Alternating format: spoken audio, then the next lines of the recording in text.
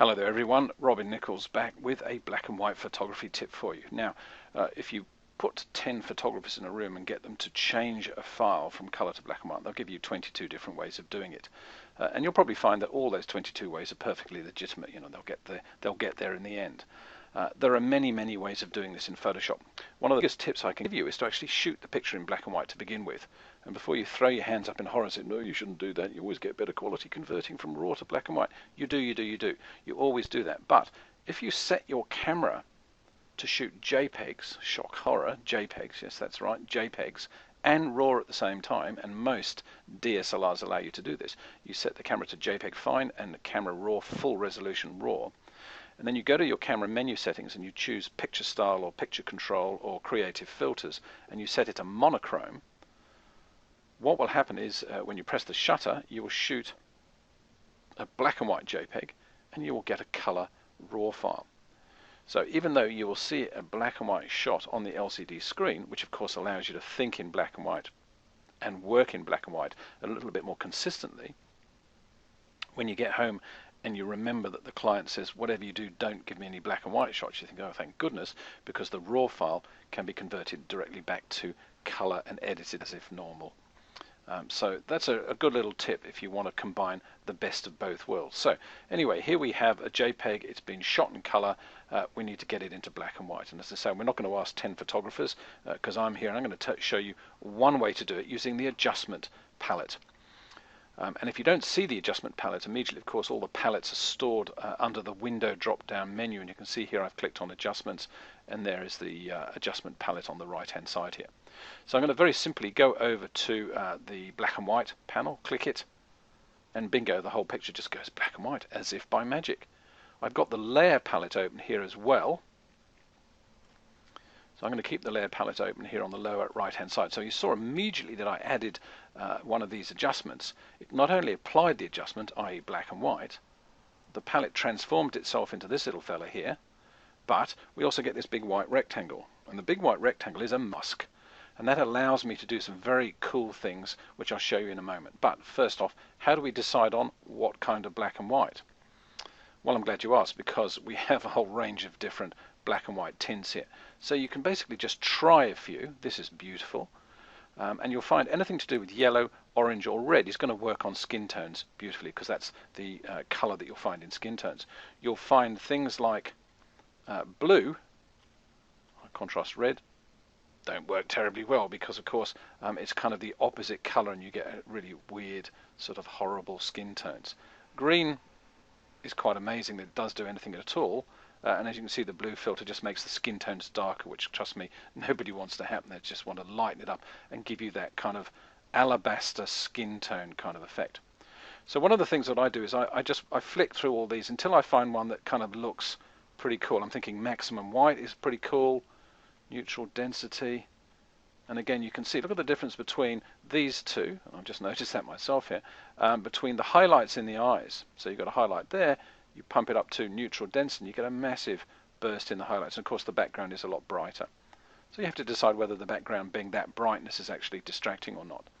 But find one that you kind of like, and you think, oh, okay, I'll go with the red filter, that's pretty good. What you can do with this tool, of course, and let's just move this over to the right-hand side, is you can click on the little finger tool here, and this is very cool. It allows me to just go to any point. Let's say we want to do the cheek here, and just decide what does that relate to. And in fact, I can click on it, I can hold the mouse down, and I can shift to the right or to the left.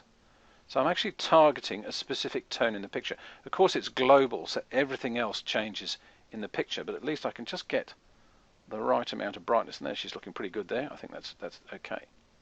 There is also a tint button. Ooh, tint. What does tinting do? Well, tinting is adding a color according to whatever I choose in the little tint box or the color picker box. So I can just go and choose any old color and pop it in there and mix it, as you can see here, with grey, with black, what have you, and just to, oh, that's pretty good. Very subtle. And click OK. So we can tint on, tint off. That's actually a little bit too subtle there, Robin. Let's see if we can put in a little bit more. Okay, that requires a little bit of practice, but there we go. Click OK. So tinting the picture, very slightly tinting the picture.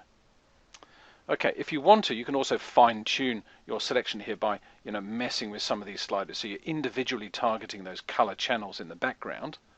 So I can actually make the background blow out a bit more or pull it back in again according to the amount of cyan. And possibly the blue is going to have a little bit of an effect there, but makes no difference really to the skin tones whatsoever. So this is a very powerful tool. And by powerful, I mean it's those tools that's so complicated, there are so many sliders, it's 3 o'clock in the morning before you've actually decided you've got what you really came for. Which is a good thing, could be a bad thing. It just depends on how you like to work, of course. I won't at this stage, but you can take this a lot further and deal with this little fella here, the white rectangle that I mentioned just earlier. And what that does is allow me to literally paint into the image, or rather onto the mask. And I'll just show you what this does here. So if I choose, where's my brush tool? There's a brush tool. And if I choose here, I can paint into the mask here. And I'm actually only painting at, golly, 3%. Let's just crank it up to 100% to make it nice and obvious. Aha. So what the mask does in its white stage is stop the color coming through. When I let go of the mouse here, you'll see I've painted a blob of black into the mask. And what that does, of course, is allow me to reveal the skin tones underneath and bring the color in. It looks terrible in this case. What I can do with masking, I did say I was going to show you this, but what the heck. We can go, say, to 5%, and I can choose a very big brush. And I can literally paint a little bit of color back into the face. That's once. Just there we go. Tiny, see what happens there? Tiny little bit of color. By making, and you can see this very faint grey sort of cloud appearing in the mask on the bottom right-hand side. So there we go. It's a tiny little bit of color coming back into the picture here. We can do a bit cheeky here, and we could just concentrate on the lips, and we can put a little bit more color into the lips if you like. Something like that, and then we can obviously do the eyes or what have you.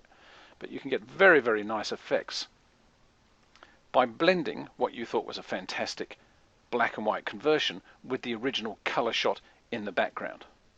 Finally, of course, I've just spotted, because it was covered in all these little palettes, and again, this is a really good reason to rush out and go and buy yourself a 27-inch screen, so you've got room for all these palettes. And of course, realize we've got yellow flowers in the hair, and I think if I just crank that up a little bit higher, you can see I can mask those out and just bring a little bit of color back into the picture like that.